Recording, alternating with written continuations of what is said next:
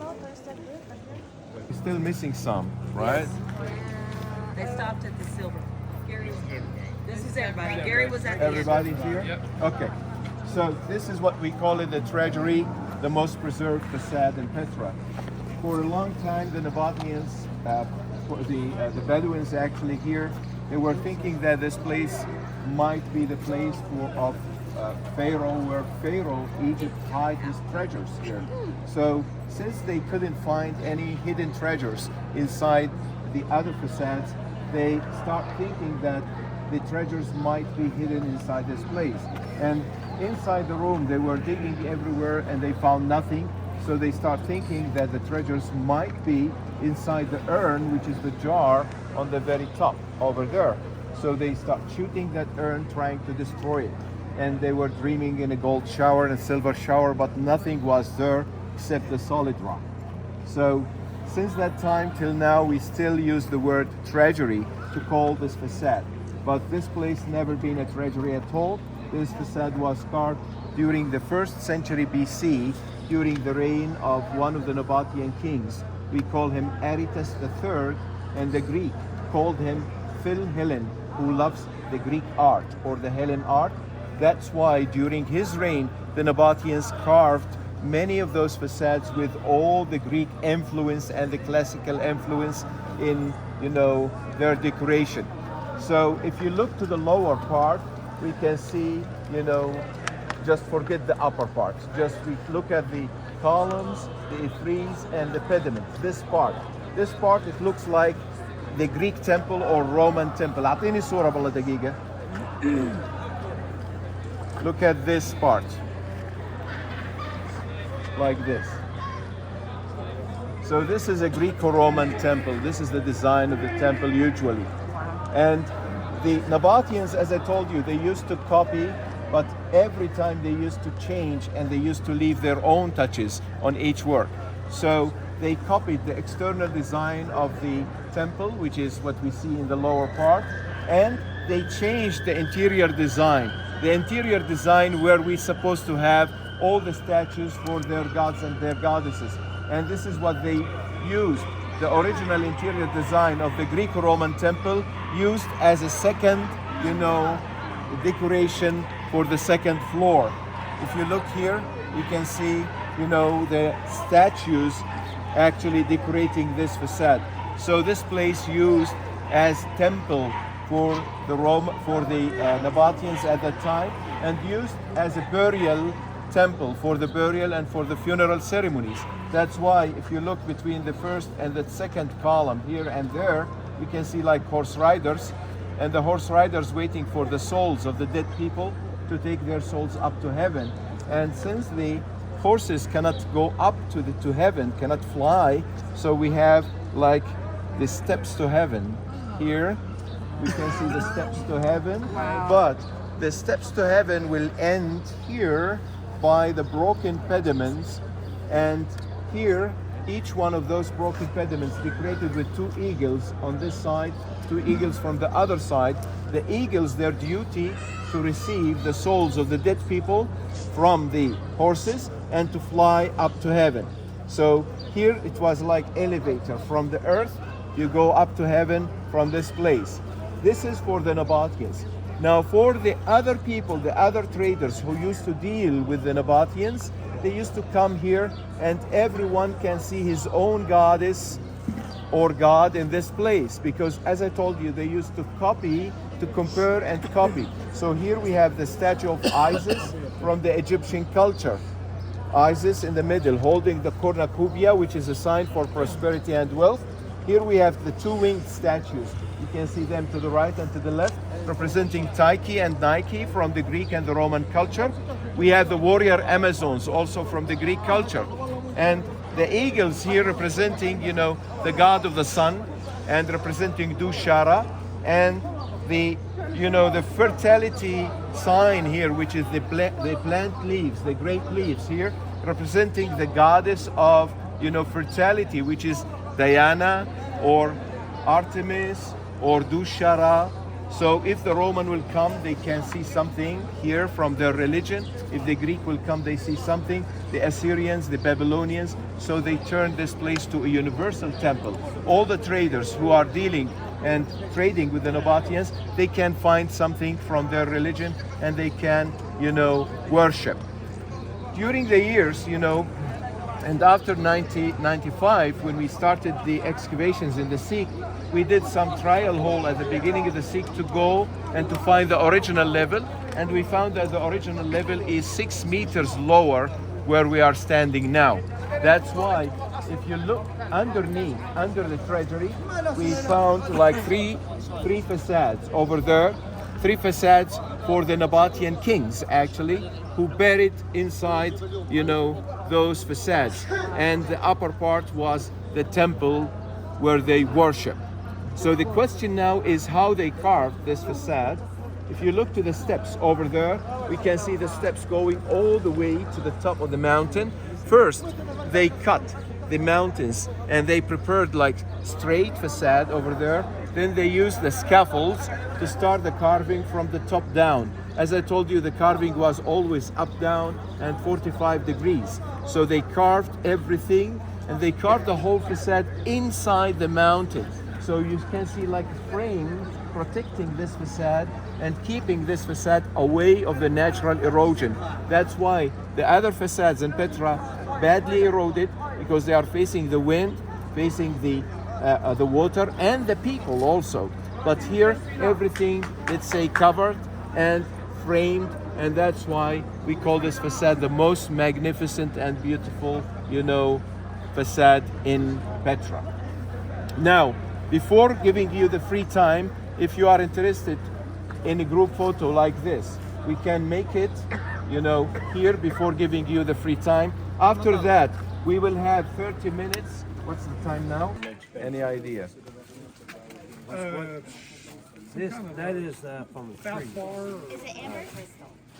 Is that, I said some kind of sap or something that just got hard. Is that Amber. right? Amber like from the Very tree. close, very close. Yeah, close, but not amber. Very close. Citron. This is the frankincense. Oh. We are talking about the frankincense.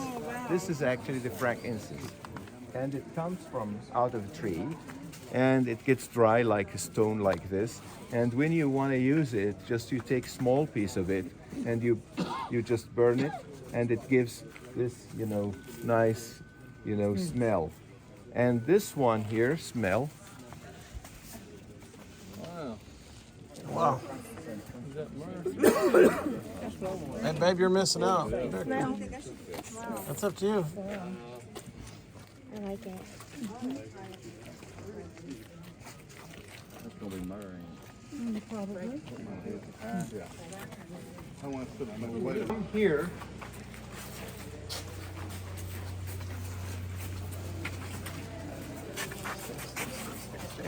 like this, look straight through that hole. Oh my goodness. I see it. So through that hole, you can. So it's like soap, and they put like this. This is the. What is that now? This is the amber. Amber. Smell it. Oh man. And they used to make that from. From tree also. Oh the wow. same. Yeah. It smells really So pretty. if somebody interested, you can get it from religion.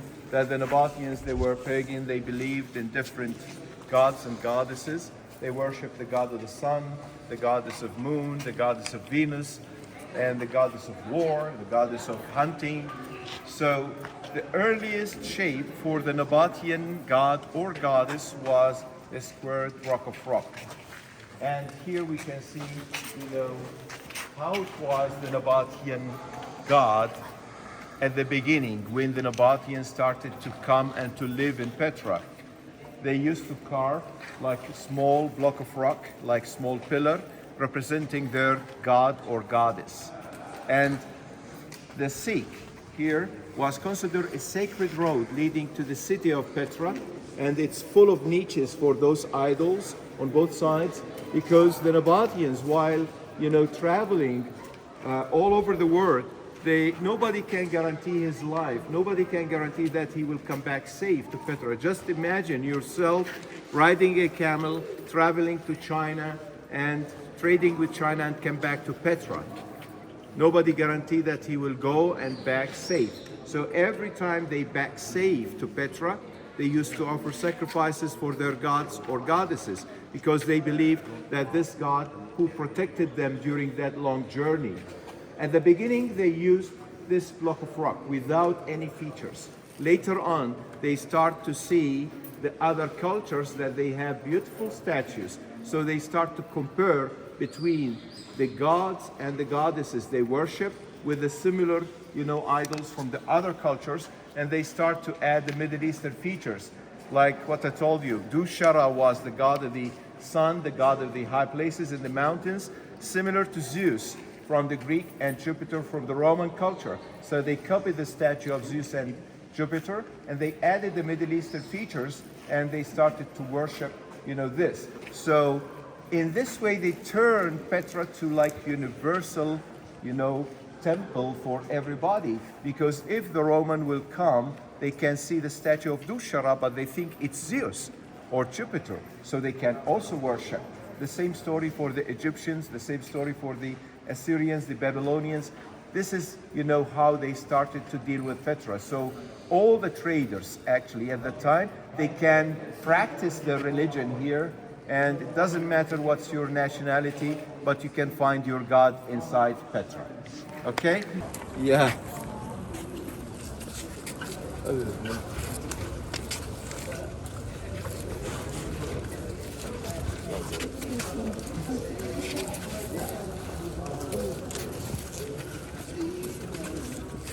Shake of the burning flame.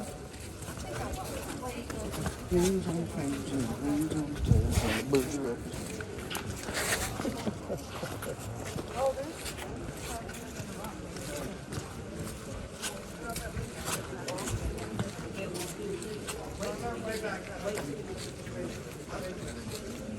That was pretty slick. Yeah, it is.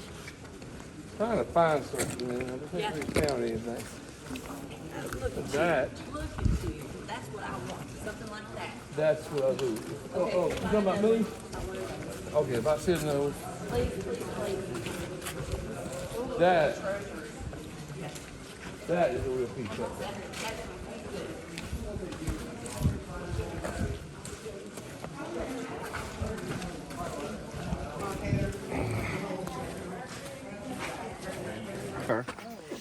We are talking about 1,400 meters above the sea level.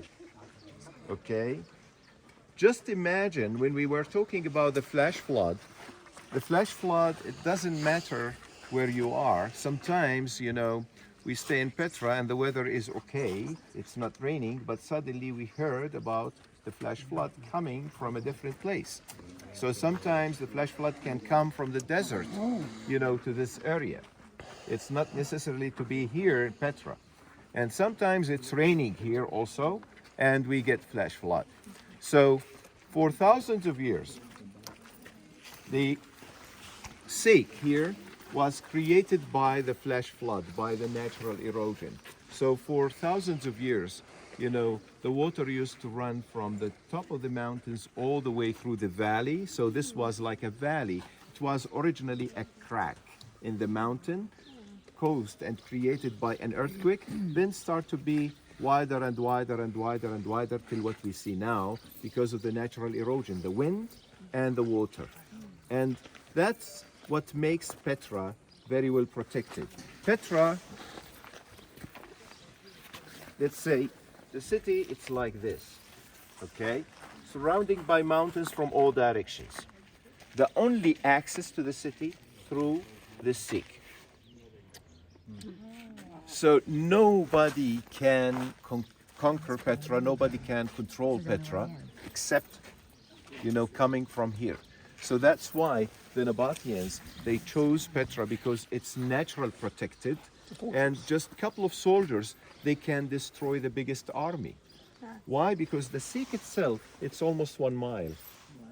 And it's very narrow, 15 to 30 feet wide. and it's 300 feet high. So just few soldiers, they can drop stones, hot water, hot oil or something on their enemies, and they can destroy the whole army. But the Nabateans, when they decided to live there, also they need to protect themselves, because the city was created, or the city was created by the flood, by the erosion. So what they did, they started to divert the water away of Petra, and by building a lot of dams and let's say water systems outside on the top of these mountains. And here at the beginning of the Sikh, what they did, they shifted, they came here and they built a dam here to stop the running water. The valley used to come from here, from the mountains, and they diverted the water from here through a water channel was carved over there to take the water away of Petra. Then they can turn the water again inside Petra, where they can reuse this water again for irrigation, for everything. So if you remember what I was talking yesterday, that the Nabateans, they were genius water engineers. They knew how to deal with this kind of dry climate. They used to harvest water in the desert. They used to carve huge water systems under the sand of the desert, away of the evaporation. So here in Petra, they, let's say, carved a lot of water channels to guarantee that they have many sources of water coming to the city, and they covered everything and protected everything. Now the original dam, the Nabatean dam, completely destroyed during the years. There was a bridge here over this valley, destroyed. This is what we see here. It's new. Sometimes when we get flood, and the last flood, flash flood, was 3 months ago, you can Google it. And the water, the level of water was higher than where we are now, and entered the Sikh. And I experienced in the year 2018, the water was 4 meters high. Wow. But thanks God, nobody was injured, because now, thanks for the technology we have the WhatsApp and everything. They direct send, we have like groups for the guides. They send like warning, be careful, blah, blah, blah. But during the 60s, 22 French tourists died in a flash flood. They were inside the Sikh. They were washed completely. Because no place to escape, no place to run, nowhere to run. Well, why didn't the Romans, when they were trying to conquer the city, why didn't they just destroy the dams? They didn't know where's the dams. They couldn't get here far enough Not to a good enough recon. They didn't know where's the dams. That's why, they covered everything. Water was like a national security issue. Yeah. Nobody was talking about it. And the water in Petra was like the blood in your body. Yeah. It's everywhere, but you don't know where. Unless you injure yourself, you know that there is blood here. And the same story, they have to dig everywhere to discover where is the, the water. A good engineering question here is this. Yeah. This aqueduct that was built here. When they built that, when you go through there to go out to the side, did you see any mistakes where they had to correct to on the turns, or was it pretty accurate? No, accurate here. Yeah. And you understand what I'm saying? Yeah. That there is really, really impressive. Yeah. And of course, they built a lot of watchtowers. When the Greek, I mentioned yesterday that the Greek conquered the city one time while the Nabateans were celebrating a festival outside Petra. After that, the Nabateans started to understand. They wake up and they understand that they are a target now, and they built a lot of watchtowers everywhere, like warning, the people in case, there is danger coming. Okay, let's go from the beginning, from the main entrance till we get to the beginning of the sea. On both sides of the valley, we have a lot of caves. We saw a lot of caves carved, in the rocks. Those caves are burial sites. All of them tombs, carved during the early Nabatean time. When the Nabatean came from Arabia and they started to settle here, of course, the Nabateans started to carve some caves to bury the dead people. The Nabateans, similar to the Egyptians, they believed in the next life after death. They believed that the life we live, it's a short journey leading to the most important life, which is the eternal life after death. The only difference between the Nabateans and the Egyptians, that the Nabateans didn't mummify their, the bodies of the dead people. They just, cover the body with like a white cloth. Then they put it in a small hole carved inside the mountain. And at the beginning, they carved just tombs, like caves, without any decoration. That was, the time when the Nabateans just arrived here. But when the Nabateans started to travel and they started to turn Petra to like a hub for the business, they start to see what the other cultures have. Like you came from, United States, you have your cell phones or cameras, and you are traveling in Egypt, in Israel and in Jordan. And during the tour, you might see something nice or nice house, nice decoration. You take photo. When you go back home, you might tell your husband or your wife or your father or your mother, do you remember that house we saw in Amman, in Jordan? The decoration is very nice. Let's copy. This is exactly what's happened with the Nabateans. They started to copy from the other cultures. During their traveling, they started to see that the other people, they have something different than what they have. So we started to see some kind of influences from the other cultures, and I can easily describe the Nabatean art. It's like the preparing a plate of green salad.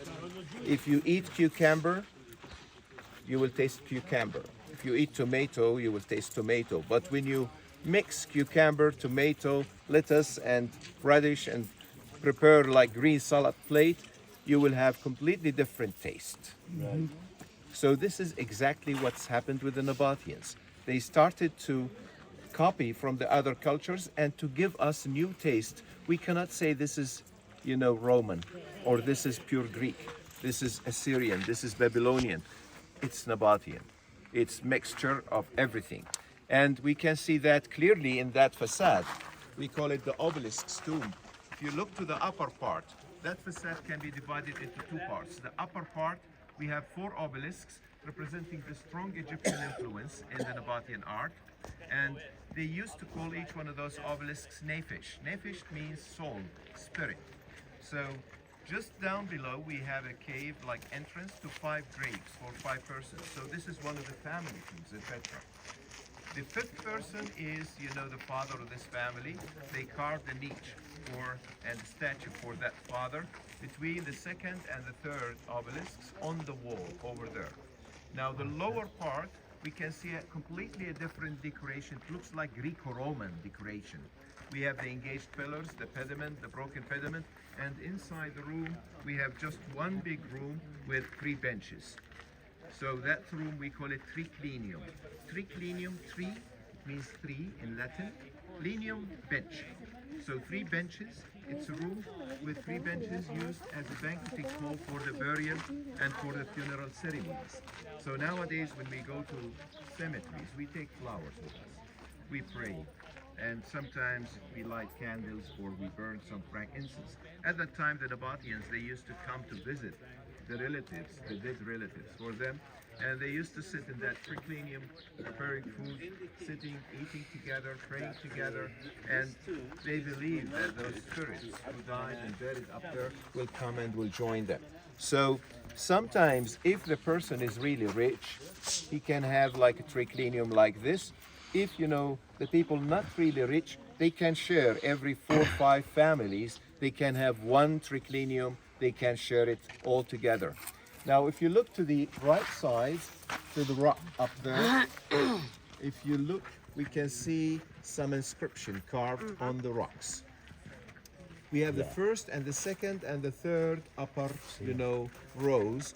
We have the Nabatean inscription, which is the early Aramaic, and the lower part, the translation in Greek. So here we can read that Abd Malik, one of the guys, actually carved this tomb for himself and for his family. So it means this, inscription belonged to that tomb, which is a family tomb, the only family tomb we have here, and the name of the owner, Abd Malik. And this tomb carved during the reign of Malchus II, who was the king of Petra during the 1st century AD. So the inscription here gave us very important information, the date of the tomb, which is 1st century AD, and who was the king of Petra at that time, and who is the owner of this tomb. And down below we have the translation in Greek. The Greek language was the business language at that time, like the English language. In Jordan, the Arabic language is the native language here, the mother tongue here, but the international and the business language is English. So that's why the Nabateans, they used to speak two languages, the Greek language and the Nabatean language. Now, if you look over there, we can see some other tombs carved, some other facades carved, like individual tombs, the size of the tomb reflecting the size of the person in his society. So the rich people and the wealthy people, they can have larger tombs, like today. If you have enough money, you can have a nice villa, you know, with swimming pool and with a big garden. And if you have limited income, you can have like small studio and one room, and that's it. But the carving was always from the top down, because we are dealing with sandstone, and the sandstone is very soft, very fragile, like, you know, glass. So the carving, they knew the metals here in Jordan and the Middle East region long time before Jesus. The bronze was known here almost, you know, 3,500 years before Christ. The iron 1,200 years before Christ. The copper 4,500 years before Christ. So they used the chisels and the hammers to carve, and the carving was always up, down, 45 degrees. So from the marks of those chisels, we can tell if they used their right hands or their left hands to carve. Plus, those marks of those chisels help them sometimes to cover and to decorate some of those facades with stucco. They used a kind of stucco, and they sometimes painted some beautiful, let's say, paintings on this stucco. And fortunately, after 2,000 years, because of the earthquakes and because Petra was occupied by, you know, the Bedouins were, you know, staying inside Petra. They found their way inside Petra during the 18th century, and they start to live inside the caves. They caused a lot of damage for those caves, and that's why we can, when we enter some of the caves, we can see like black ceiling from the fire. During the winter time, they make fire for heating, and every day they make fire for cooking or for, you know, other things. So that's why they destroyed many of those, you know, beautiful things, plus the erosion. Because we are dealing with sandstone, can be easily eroded, because Petra for thousands of years was, let's say main valley going to the Negev desert, to the Negev area, and that's why every year we have a problem here, which is the flash flood. Flash flood coming from the desert, it goes all the way through this valley, all the way inside Petra. Yeah. Okay, now from here, I told you in a few minutes we will see the other one. If you look here, we can see the ceramic pipes, the pottery pipes here, going all the way down. And this channel was actually double system, 2-in-1. We have the channel carved like this, and inside they put also the pipes, the ceramic pipes, and the rest of the channel was full of, you know, rainfall water, and the water inside the pipes coming from a spring outside, you know, Petra. Just before they get to the end of the Sikh, they separated those two channels to go in two different, you know, ways. So the drinkable water channel was going, you know, to the rest of the city, and this one was going to a different direction. So this is the way how they actually guarantee that every single house in Petra will get water. During the latest excavations in Petra, Brown University, they are doing a lot of excavations since more than 25 years. And we found in one of the churches, actually, they found the remains of the church was built during the 6th century AD in Petra, because the Nabateans converted to Christianity at the beginning of the 4th century AD. They found one storage room, but with 155 burned, you know, scrolls. Why? Because the Persian who invaded the Middle East region, they destroyed and they burned everything.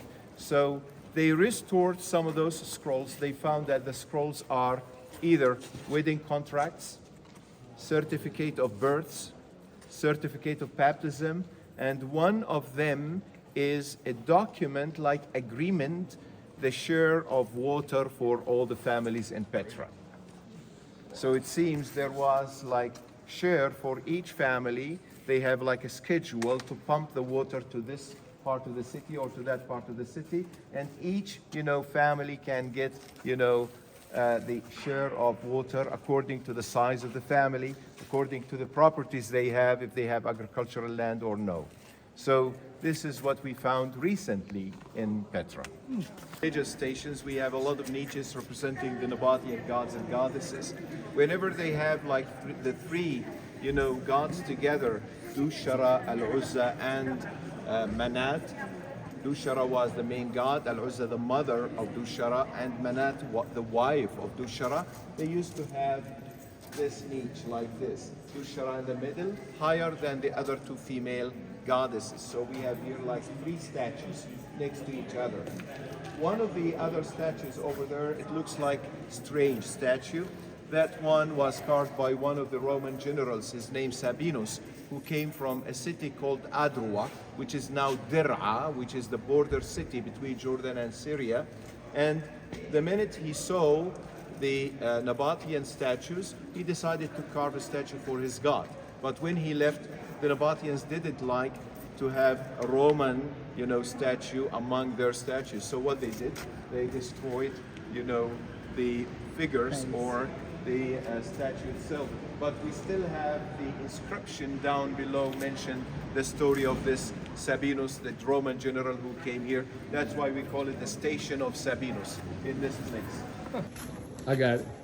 You can see Matt. here, the statue of a person was standing here. We can see his feet, his sandal, his walking stick, his arm, and the upper part of his body almost eroded because of the natural erosion. But behind him, his camel, the front legs of the camel, the neck, the head, the tummy, and the back, legs here. There is another person was here. We can see his feet. He was standing also. The front legs of the camel, and we can see the other camel. How cool here. is that? Okay, and the back. You can still see the legs. outline of that one. So those are, two camels. They were going inside. Be careful the golf cart, ma'am. What do you mean two? Now, if you come here and look on the left side, we can see two more camels here carved on the left. They were going out. So two camels in, two camels out. This is a sign to the tree from. And I don't see them. You see them? Do you see them? See the two bumps? Matt. Oh, sorry. Come on, man. I didn't know. This summer. That's My first time seeing this baby, and I wanted to share it with you. I don't want to see it just by me. I may not be able to have you here, but I can share this video when we first see it. This is a nice collection of silver provided, and That is incredible.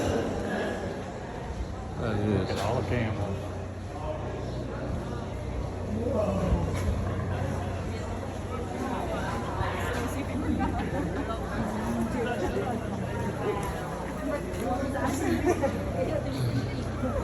I love you, honey.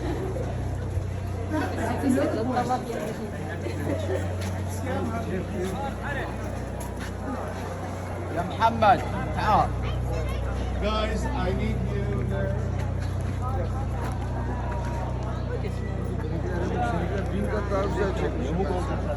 Tersi şeyi o zaten. Gel bakayım.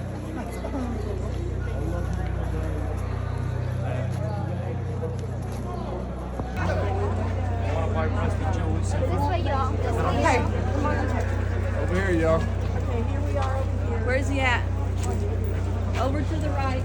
Over to the right.